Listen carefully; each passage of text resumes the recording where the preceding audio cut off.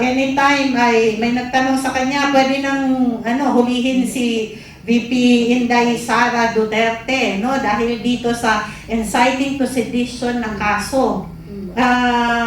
Hindi ko alam kung sa Senate yun or sa or matagal na yun. Basta merong interview na nagsabi, nagtanong na anytime pwedeng, pwede nang, hindi nga, ang tanong nga sa kanya, nagtanong yung media. So anytime ba pwede nang kasuhan, hulihin si VP Inday Sara dahil dito sa inciting to sedition na nasa DOJ. Ang sabi niya, aantayin niya kasi nandyan na naman yan sa DOJ yung kaso kung maglalabas sila. So kayo kasi ito ay magkakatabi, di ba? There is the impeachment trial going on. Ngayon, parang pinapalakas nila yung DOJ case na inciting to sedition na gusto nilang hulihin si VP Inday Sara Duterte. So sa pananaw ninyo, na ito ba ay talagang nagpapakita na hindi sila confident sa impeachment case, kaya dito naman nila ina-advance ngayon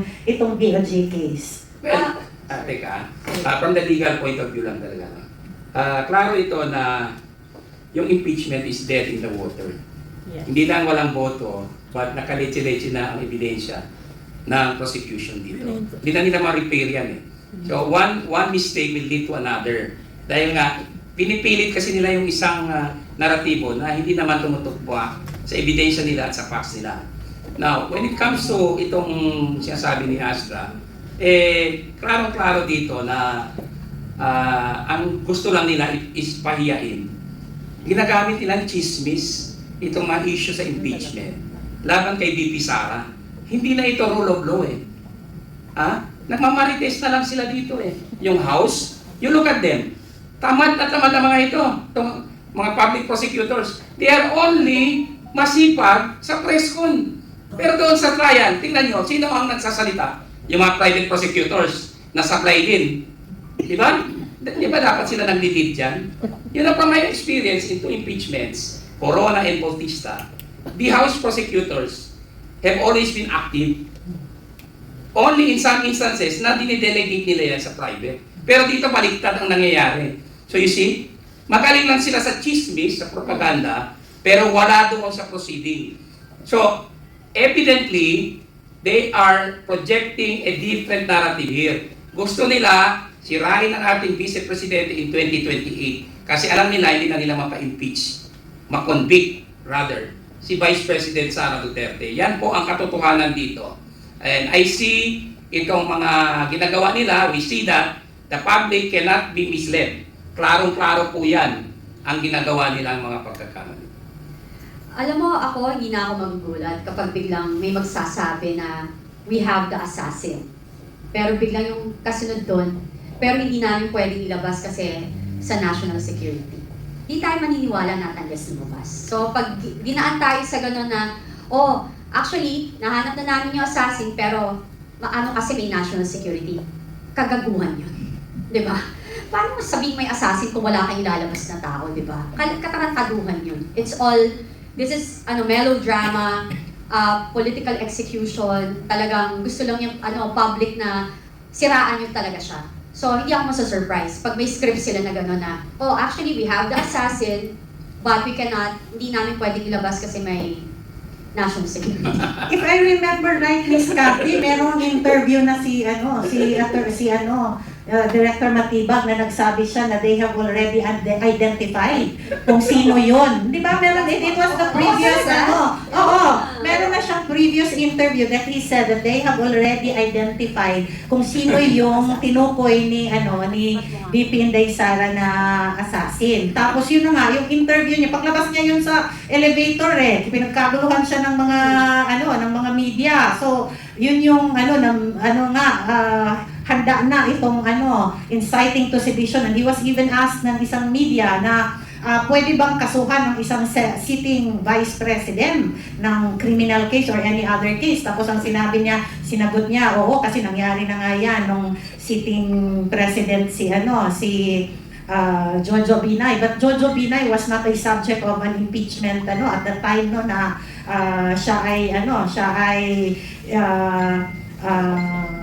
he was vice president, but the case actually was not when he was vice president. It was a case na involving him when he was still mayor. Oo, magkaiba yun eh. Kaya Attorney Luna, ikaw at Attorney Yvette, tanungin ko kayo dito, no? Kasi, di ba, yung kaso ni VP Binay at that time, na he was sitting vice president, kung saan kinasuhan siya, hindi ito issue when he was vice president. He was mayor then. At he was not subject to an impeachment complaint. Ito kay VP Sara ngayon, 2 taon na nilang pilit na ini-impeach, nagbalik-balik na yung kanilang papel, di ba? Ngayon, pinipilit pa rin nila at sinasabayan nila ngayon itong kaso ng and yun na nga, meron na daw silang identified. Ang tagal na nung sinasabi nila, hanggang ngayon, wala naman silang nilalabas o pinapa-interview man lamang, di ba? Kung totoo yun, dapat kasama sa witnesses doon sa impeachment. Dahil identified nila, not only the threat, but they have already identified. Ngayon, ito naman yung sinasabi ni aside from saying na meron na silang identified na nila yung person, ngayon naman, pending ng warrant of arrest. So, Aska, meron pa bang naniniwala kay Atty. Matibag? Kasi yung sinasabi niya is contradicted by his own men, especially si Atty. Lotto. Sinabi niya wala naman silang na-zero in na alleged assassin or hitman. Inamin na niya sa proceeding for the boss to say na meron, silang dalawa maglalaban ngayon. And no court will believe that. Kasi ang nag-imbestiga, hindi naman si Atty. Matibag. It was Atty. Lotto, the former chief of the Cybercrime Division of the NBI. At saka later si Kalilong, di ba? Wala naman personal knowledge or privacy si Atty. Matibag dyan Yung kanya chismis lang yan We know that he is a political operator, kaya siguro yun ang language niya. Now, in the case of Senator, of VP Binay and VP Sara ngayon, walang problema dyan Iba yung situation ng dalawa. Yung kay VP Binay, totoo yun, when he was mayor, nagkaroon ng issue. Tapos nagkaroon ng investigation sa Senate, Tapos, later on, nagkaroon siya ng kaso. He was no longer vice president din, yung nagkaso sa Sandigan. Kasi pag impeachable officer ka, hindi pwedeng arestuhin ang isang impeachable officer Bawal yan sa konstitusyon. So, it happened after his incumbency. In the case of VP Sara, there's no danger na ma-aresto siya. Hindi siya ma-aresto. Kasi bawal yan sa konstitusyon. Anybody who does that will find himself in trouble. And no enforcer will follow an order that is unconstitutional and illegal. Hindi mo pwedeng arestuin si VP Sara. And all her security will protect her because illegal yan. Hindi mo masabi na, dahil meron siyang PSC. Natural, i-protect yung security niya because it's a national security matter when you try to arrest a vice president. Can you imagine that? The second highest official of the land. So hindi mangyayari yan just to disabuse the minds of some people. Ang ginagawa ni Atty. Matibag is more of a political drama na hindi niya masubstantiate in evidence. Klaro yan. Kahit ipaupo mo pa siya doon, baka magkakamali siya. Kahit lawyer kami even lawyers, we are mortals. We are prone to errors. Don't think na lawyers ay super brilliant, hindi nagkakamali, that's foolishness. In fact, mas mabuti pa ang witness nagkakamali because that's a badge of truth. Pag nagkakamali. Yung perfect, yun ang i-question nyo. Kasi most likely baka coach yan or a professional witness. Sa experience ko bilang trial lawyer for so many decades, nakita ko yan May mga witnesses na professional witnesses, but they are false witnesses. Halos hindi nagkakamali. Yan pala, minimemorize nila yung sinabi ng kanilang mga lawyers. And then during the cross-examination, doon sila pumapaksak. So you see, yung sinasabi sa media or social media ni Matibag, it's not evidence, it's his opinion. I don't know if he can substantiate that those impeachment trial, which I doubt. Tama. At saka, as I remember, si ano pa, si Mr. Jaime Santiago pa yung NBI director nung nangyari. Former judge So, Santiago. nagtataka nga ako ba't siya nag-resign eh. Ano kayong reason? Hi po, Director Jaime Santiago. Sana makapagsalita kayo tungkol sa mga pangyayari dito. Si dating NBI Director, Santiago, is a former judge. Matino po yun. Opo, matino yun. Matino po yun. So, malayong-malayo, si Atty. Matibag, kay former judge, Director Santiago. Kaya nga nag-resign.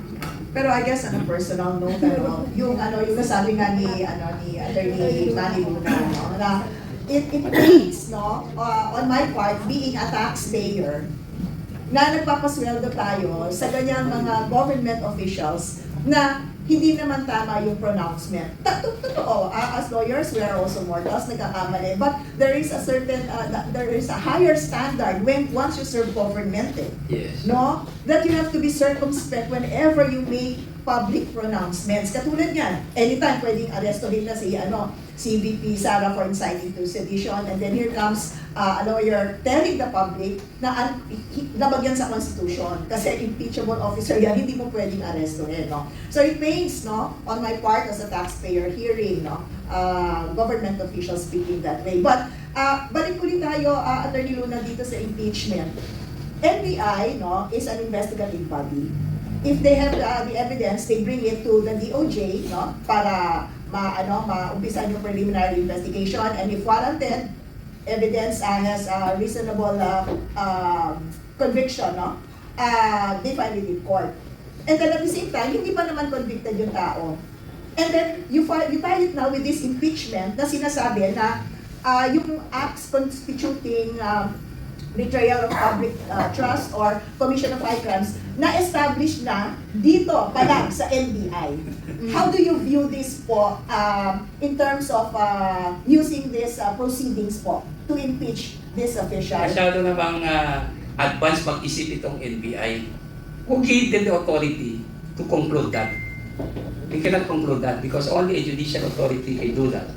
Secondly, if you look at the Constitution, Article 11 of the 1987 Constitution, meron tayong listahan ng mga krimen, which are of the same or similar degree in terms of seriousness for impeachment purposes. Treason, bribery, graft and corruption, or other high crimes. Nakalista ba doon ang grave threats?